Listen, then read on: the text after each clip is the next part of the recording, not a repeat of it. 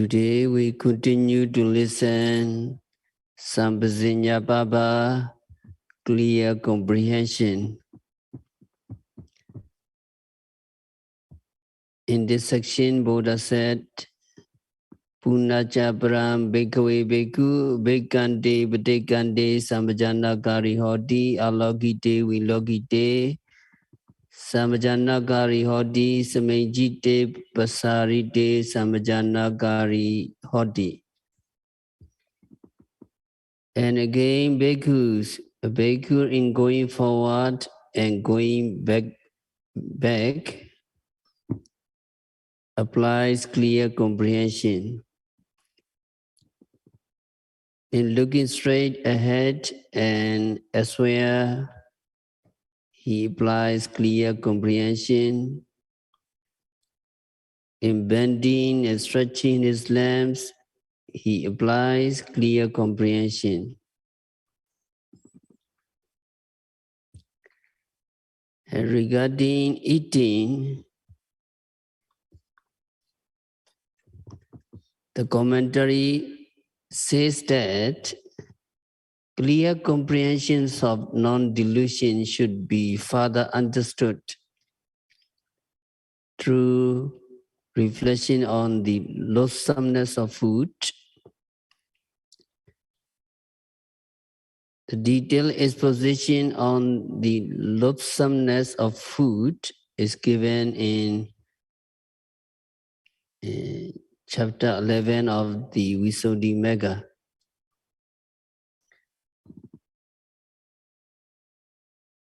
A monk should reflect on the loathsomeness of food in 10 ways. The first unpleasantness is the daily need, rain or shine, to go to the village for his food. Another is having to seek food from house to house like a beggar and to endure the bhikkhave. The process of eating is itself repulsive, with the hand squeezing foods into lumps to be mashed.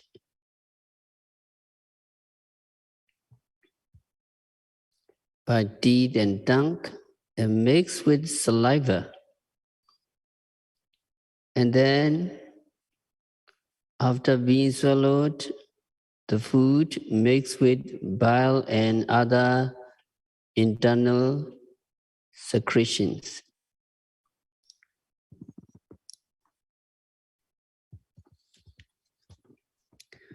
Once this loathsome mess enters its receptacle, the stomach, it has reached a place that has never been washed, not even once, during the whole of our life. If we are 100 years old, then that place has remained unwashed for 100 years. Another reflection is by way of the digested food in the stomach, where covered with froth and bubbles of fermentation, it becomes increasingly repulsive and filthy looking. And when it is digested, it becomes excrement and urine.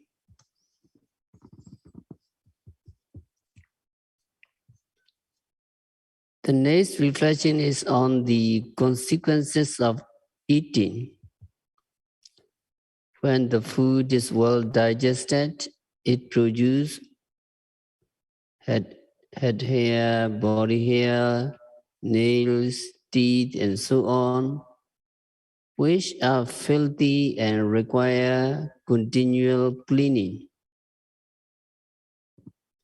When food is not well digested, it causes a varieties of diseases and bodily disorders.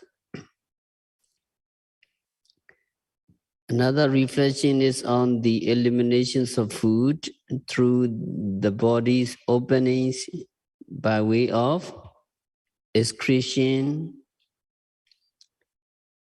It is said in the books that food enters by only one door and goes out through 9 doors.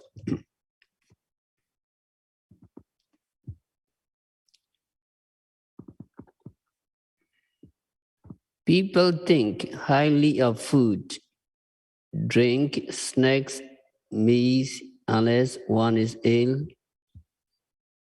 All we eat or drink goes into the body through a single door, the mouth.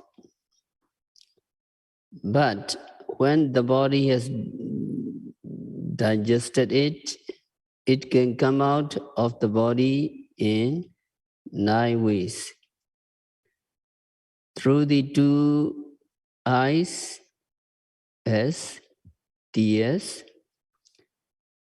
through the ears as earwax, through the nostril as mucus, through the mouth again as vomit or spit, through the anus as feces, and through the passageway for urine. In this way, it is said it oozes out by 9 doors.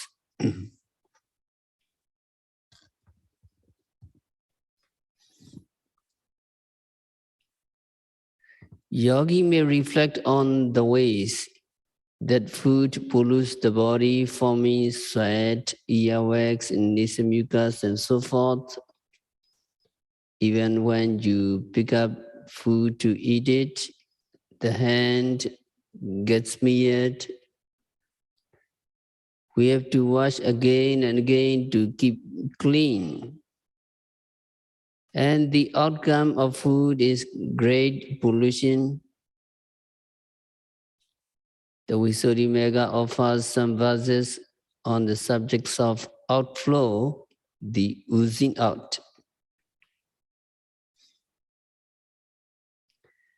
The food and drink so greatly prized, the grapes to chew, the sop to suck, go in or by a single door, but by 9 doors come oozing out.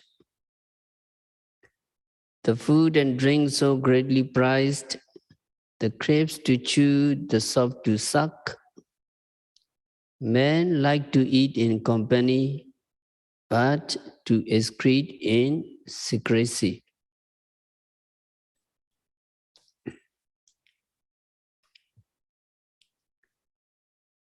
The food and drink so greatly prized, the grapes to chew, the sop to suck. These a man eats with high delight and then excrete with dumb disgust. The food and drink so greatly prized, the grapes to chew, the sop to suck. A single night will be enough to bring them to putridity.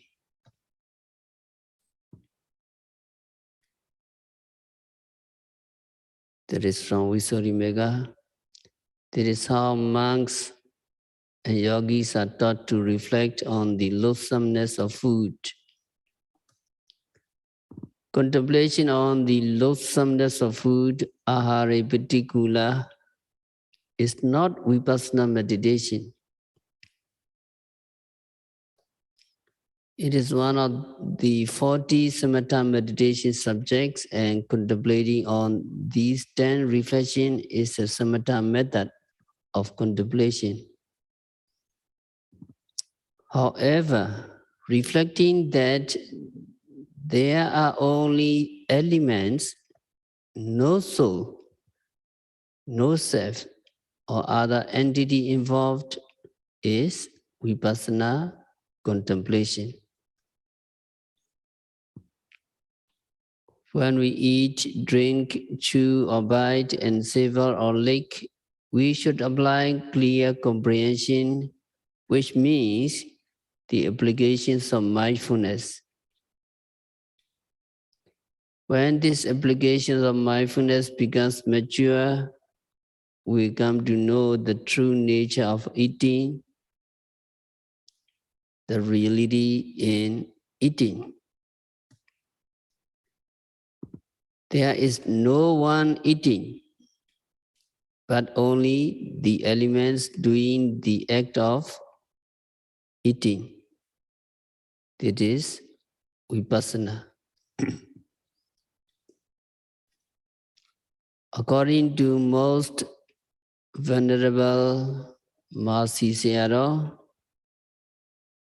the loathsomeness of food can be seen without the 10 reflection. If, while eating, you really concentrate on noting, such as bringing, putting, chewing, swallowing, etc., yogi will come to see the unpleasantness of food. She will come to feel loathsomeness for food. This feelings of loathsomeness of food is not like the feeling of nausea or throwing up. The kinds of feeling is not kusala. But when with wisdom, with understanding, yogis see the unpleasantness and loathsomeness of food, this understanding is kusala, wholesome. These kinds of loathsomeness can appear to vipassana yogis when they pay close attention to the act of eating by making notes of each moment.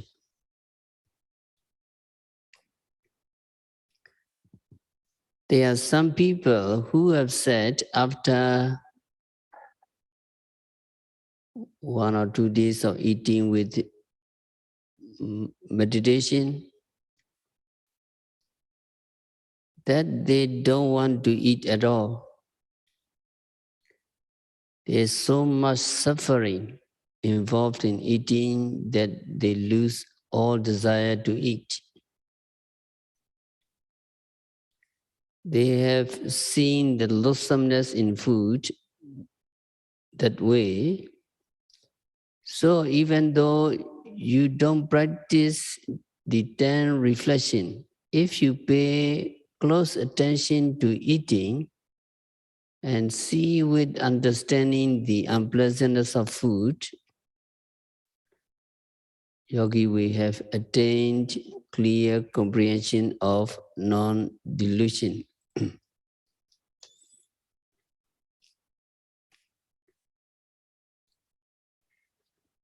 Contemplating the body, the first of the 4 foundations of mindfulness contains 6 sections, the third of which is on clear comprehension, Sampasinya Baba.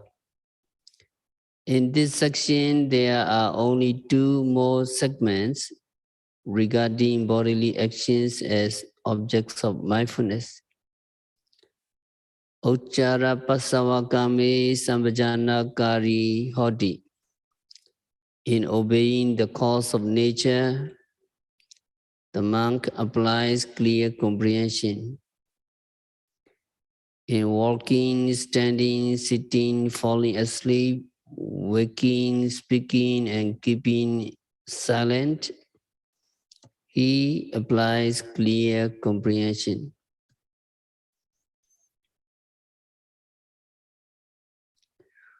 Vipassana deals with fact, whether that fact may be considered lofty or lowly. In the practice of mindfulness, no activities can be ignored simply because it is seen as unfit to be mentioned in a group or to an audience. The Buddha did not use the words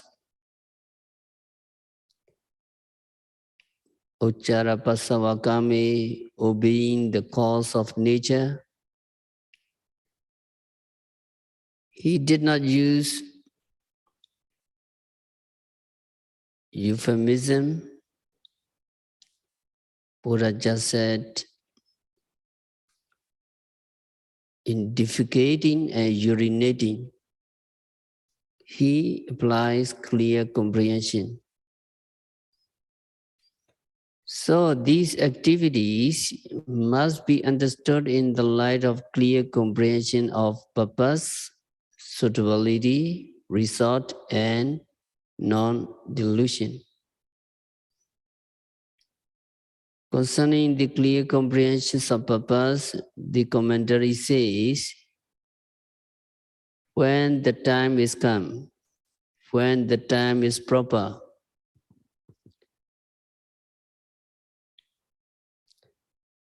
if you do not do this action, then your body perspires, your eyes reel, your mind is not collected, and illness in the form of sharp pain, fistula, and so forth arise for you. But for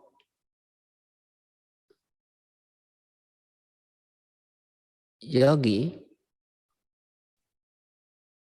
who does these actions at the proper time, none of these discomfort, disadvantages, troubles, and illness arise. It is clear comprehension of purpose.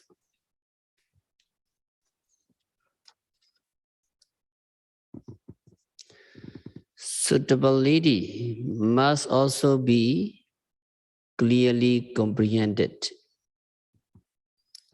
By doing these actions in an improper place, monk commits disciplinary offenses. Monks goes on getting a bad name and he endangers his life. There are rules for monks and nuns about relieving themselves in an improper place.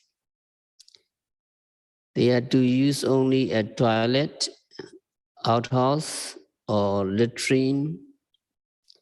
If they attend to their needs under a tree or anywhere other than the designated place in a monastery compound, they commit an offense of minor wrongdoings. Because an offense would be incurred, it is not suitable for a monk or nun to do these activities in improper places. It would result in getting a bad name and even possible loss of life. In Eastern countries, there is a belief that guardian devas, guardian deities inhabit trees in certain places. If anybody, lay or monastic, should relieve himself under these trees, these deities would be offended. These deities would be angry.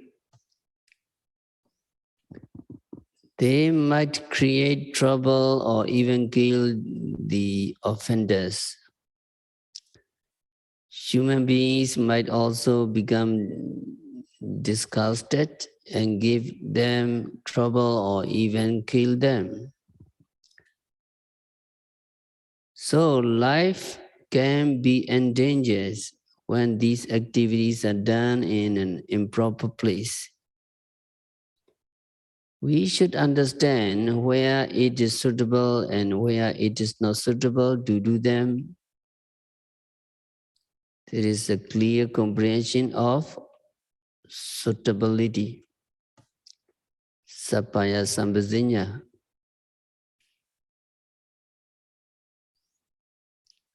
Clear comprehensions of resort means just practicing mindfulness when you are using the toilet.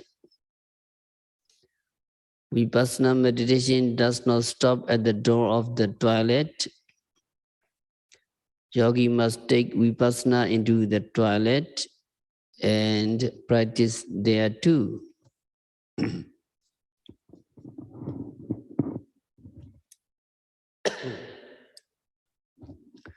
For if mindfulness is not practiced at the time of urinating and defecating, the notions of I or the notions of a soul or self has an opportunity to arise.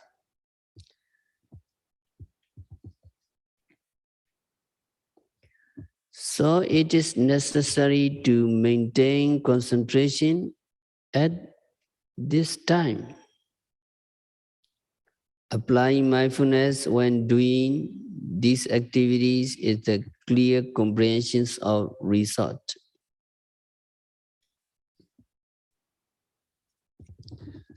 When this has matured, clear comprehension of non-delusion will arise. Within there is no doer of these activities. Only by diffusions of the air elements, born of mental activities, do these activities occur. Just as in a mature boil, by the bursting of the boil, pus and blood come out without any wishing to come out. Nobody wishes or ways that they come out. They just come out. Just as from an overfull water pot, water comes out without any desire for coming out. So too, feces and urine accumulated in the abdomen and bladder are pressed out by the force of air elements. Suddenly, this coming out thus is neither that monks nor another's. It is just bodily excretion, whether from a water vessel, a person throws out the old waters. The water thrown out is neither his nor another's. It simply forms a part of a process of cleaning. Understanding in this way is the clear comprehension of non-delusion. When the clear comprehension of resort in regard to these activities has matured, yogi sees there is no doer.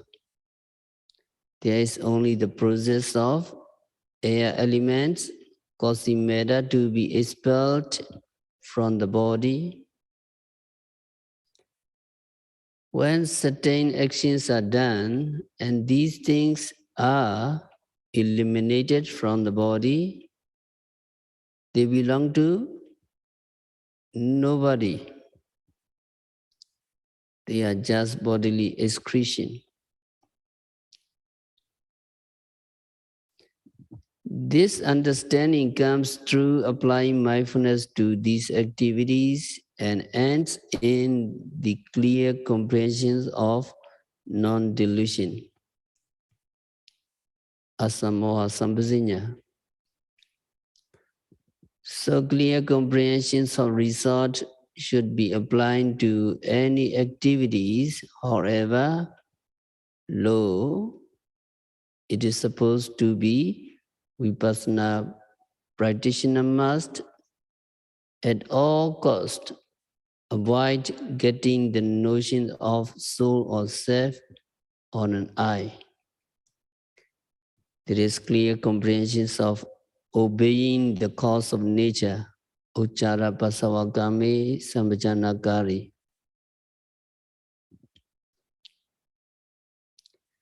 The last instruction, Kate tite nisene sote jagrite basite donibawe sambajanakari hodi. He applies clear comprehension in walking, standing, sitting, falling asleep, waking, speaking, and in keeping silent. It is explained in two commentaries in two different ways. It appears in Abhidhamma and also in the suttas, especially the four foundations of mindfulness. Although the Abhidhamma commentary explains it one way and the Sutta commentary another, they do not necessarily conflict with each other. That is how the Abhidhamma commentary explains walking, standing, sitting and falling asleep or sleeping.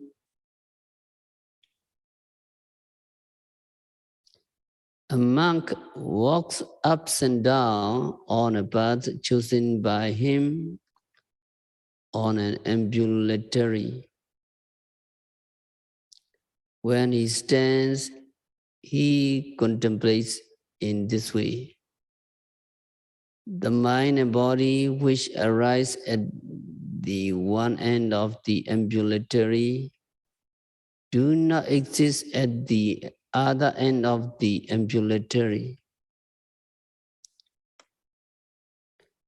That is, those at either end of the ambulatory vanish before reaching the other end. They just arise and disappear at the beginning of the ambulatory.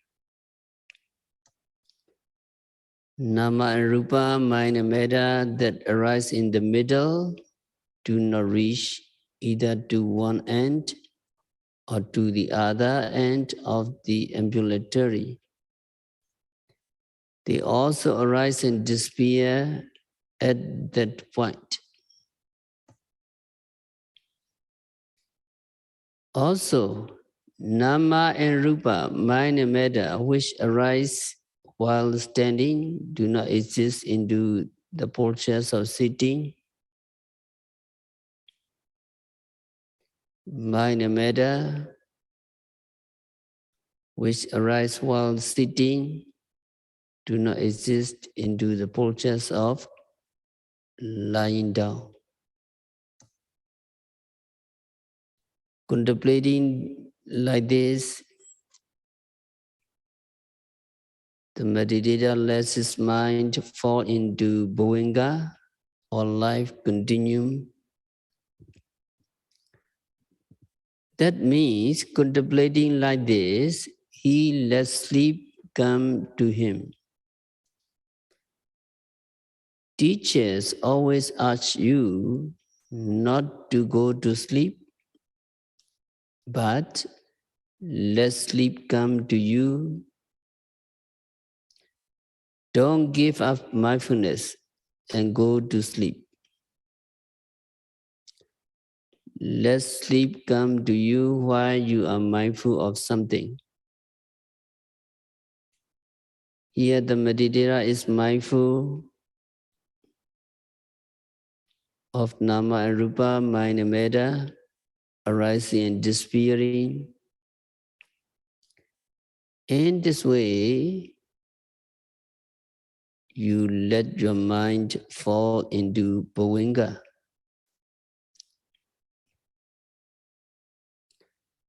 When yogi wakes up, he picks up his meditation again. Yogi should try to be mindful of the first moment of waking. As soon as you wake up, try to be mindful of that moment as waking, or something similar. In the beginning of meditation practice, it is very difficult to catch the first moment. But as your practice and concentration become stronger, you will be able to capture it. If you are successful, then your day's meditation begins with that moment.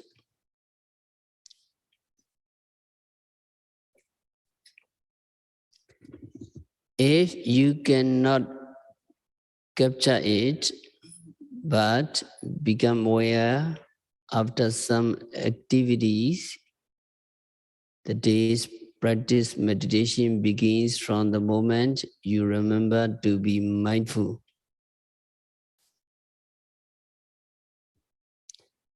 In walking, standing, sitting, lying down, and right up to sleeping, you have to apply mindfulness. Here the Pali word sotte, sleeping, is followed by jagrite, waking. As these words appear in sequence, sotte means really going to sleep, not just lying down. However, it is impossible to practice meditation when you are asleep. You can practice only before going to sleep and after waking up. So, it is what is meant by the practice of meditation during sleep.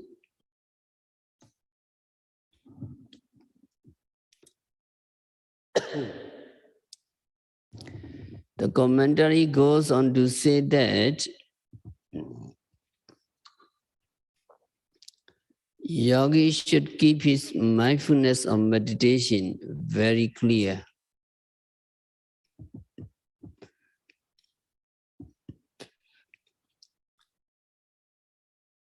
A yogi walks up and down, stands, sits, and finally lies down and practice meditation on that postures as much as he can.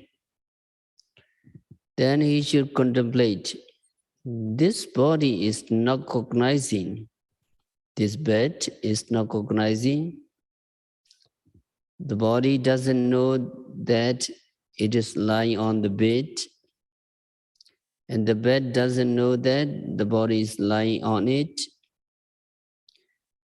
The uncognizing body is lying on the uncognizing bed. Contemplating this way, yogi should let his mind sink into bhavanga, and on waking, he picks up his meditation again.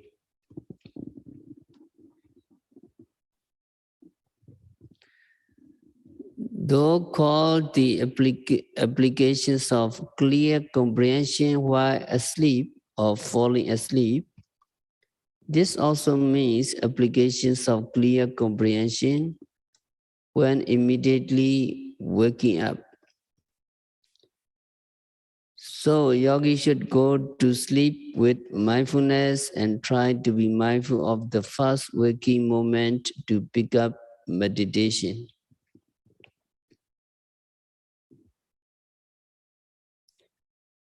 With reference to waking, non-occurrence of consciousness, which causes action, is called sleeping.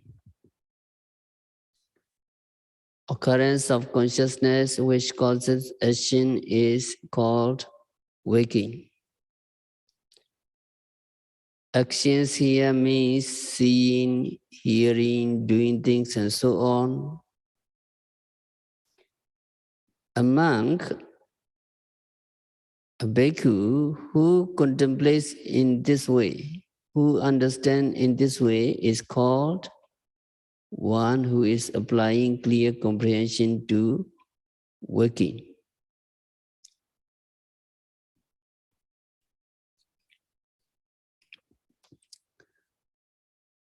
When there is the non-occurrence of mind causing action, there is no waking.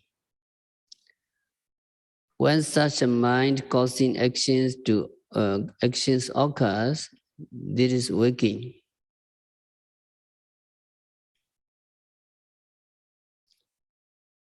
In this way, he contemplates.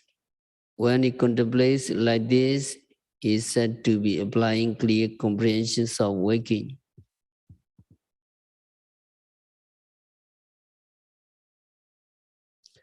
According to the commentary, there is another way. He applies clear comprehensions of waking.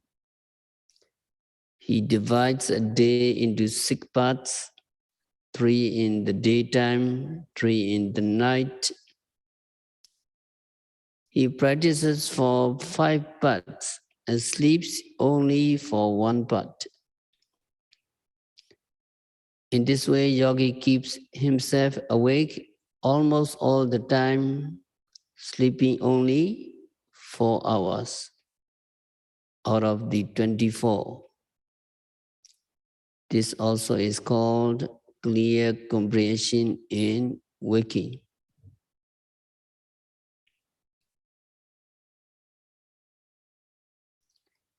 Speaking in the next activities mentioned,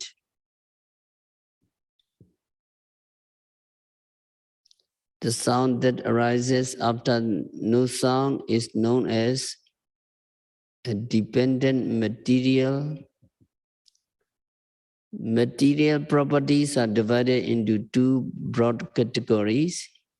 The 4 elements which we have often discussed are called primary material, Mahabhuta. Others such as sight, sounds, and smell are called dependent material, Upadārupa.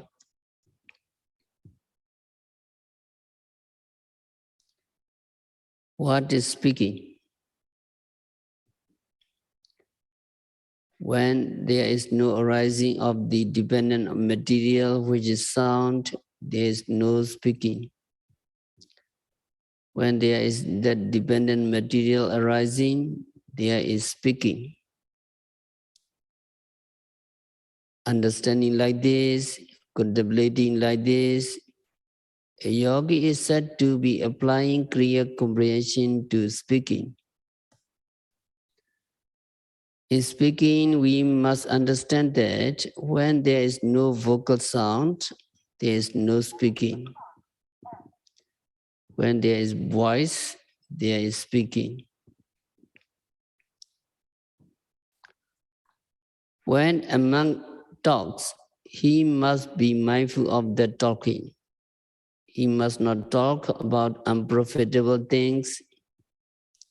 He must talk only about things that are conducive to fewness of wants.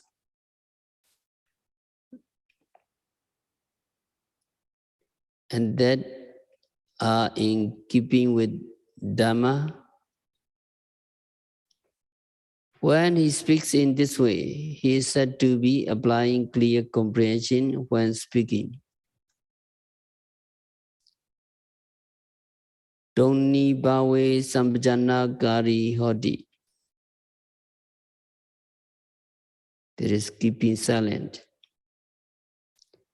When there is the occurrence of voice, there is no being silent. When there is not the occurrence of the dependent material properties, which is voice, then there is silence.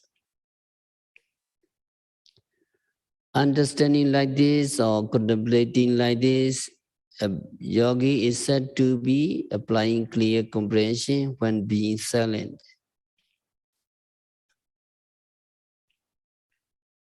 Or taking any one of the meditation subjects and sitting and meditating or entering into second jhana. He is said to be applying clear comprehensions of being silent.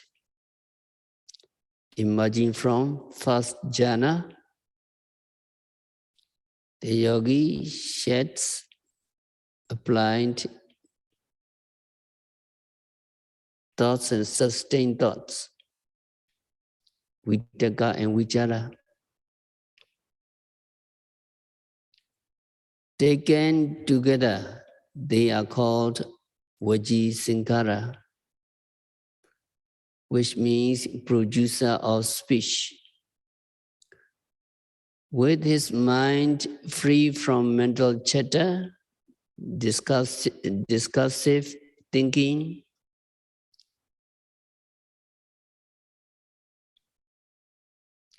meditators in second jhana will never speak. He is said to be in noble silence. Strictly speaking, noble silence means entering into second jhana.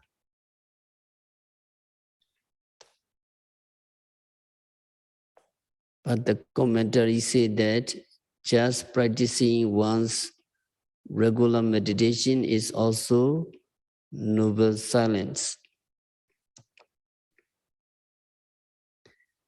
The Buddha once said to the assembly of monks, "Bhikkhus, when you are assembled, you can do any one of two things, a talk on the Dhamma or noble silence. If you have to talk, talk on Dhamma.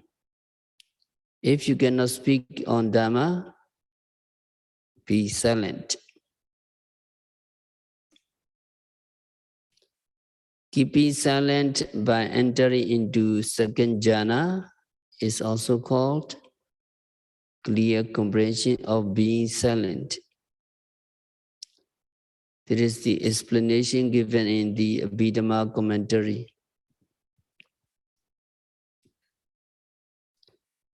In Sutta commentary, approach clear comprehensions of bodily activities in a different way.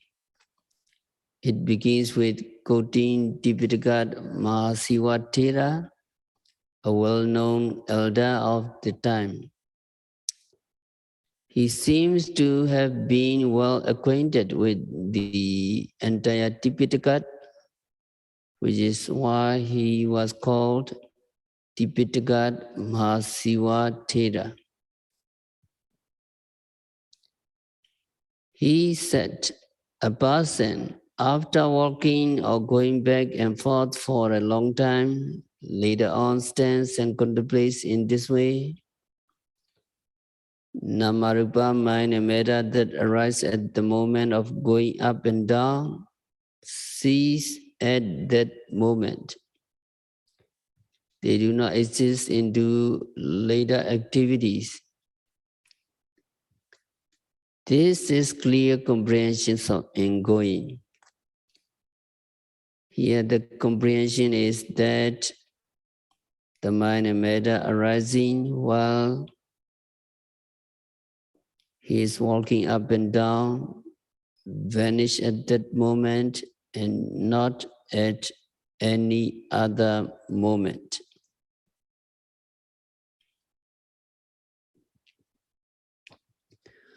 When a person may be reciting, answering a question, or just reflecting on his meditation, in this way, he may have stood for a long time, so he sit down. After sitting down, he contemplates mind and matter, nama and rupa that arise at the moment of standing, vanish then and there. This is clear comprehension in standing. Then there is clear comprehension in sitting. A person may be sitting for a long time, reciting, giving a Dhamma talk, or some such things. After getting up, he contemplates in this way. Nama and Rupa, mind and matter that arise at the time of sitting, vanish then and there. There is a clear comprehension of sitting. When a monk lying down may be reciting, reflecting on meditation or practicing meditation, and he goes to sleep. After some time, he gets up and then contemplates mind and matter that arise at the time of sleeping, vanish then and there. This is called clear comprehension in waking. But there is really clear comprehension of two things, sleeping and waking. While lying down, he recited something or practiced meditation and then went to sleep. Then he got up and recalled in this way. Mind and matter that arose during the time of sleeping vanished then and there. So there is the applications of clear comprehension regarding sleeping and waking. Then there is clear comprehension when talking, bhasite. The voice depends on the lips, on teeth, on the tongue, on the palate, and also depends on the mind. Depending on these, the voice or sound arises. When he contemplates like this when speaking, he is said to be applying clear comprehension while speaking. He may be reciting for a long time or giving Dhamma talk or teaching meditation or answering questions. Later on, he becomes silent. Then he contemplates like this. Nama and Rupa, mind and matter, which arose at the time of speaking, vanish then and there. They do not continue into being silent. There is the applications of clear comprehension in speaking.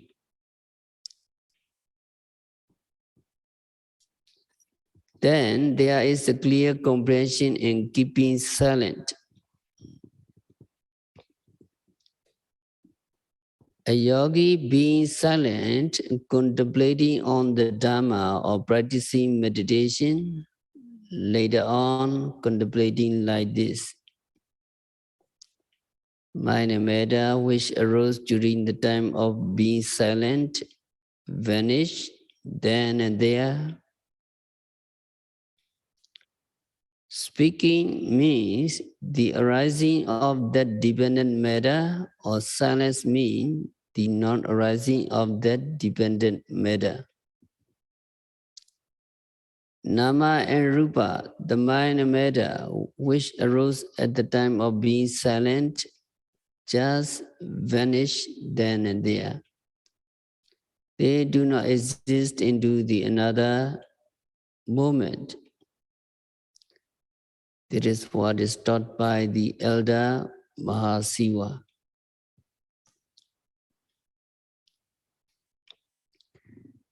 This explanation contains no mention of the clear comprehensions of purpose, clear comprehension of suitability, and clear comprehensions of result. Only the clear comprehensions of non-delusion is taught here. The commentary says that by clear comprehension, yogi must also understand mindfulness, because the two, satima and sambhajana, go together. Without mindfulness, there can be no clear comprehension, but also, although clear comprehension is always accompanied by mindfulness, there can be mindfulness without clear comprehension.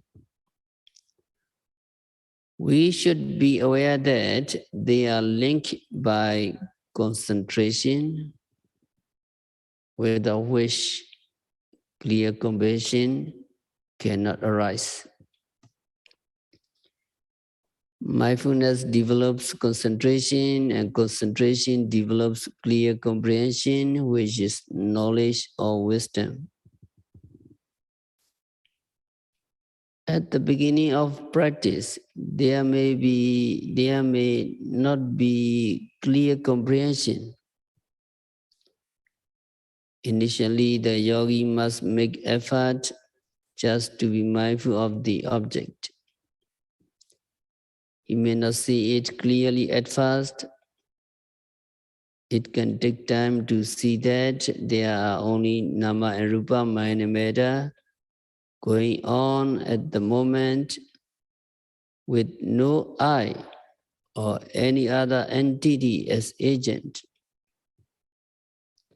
But with the development of mindfulness, yogi will come to see that there's only two things, nama and rupa, are going on at a given moment.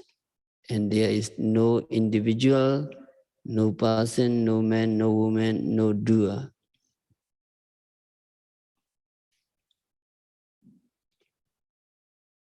So we continue next week. We have to stop our discourse for today. May yogis apply clear comprehension in all activities.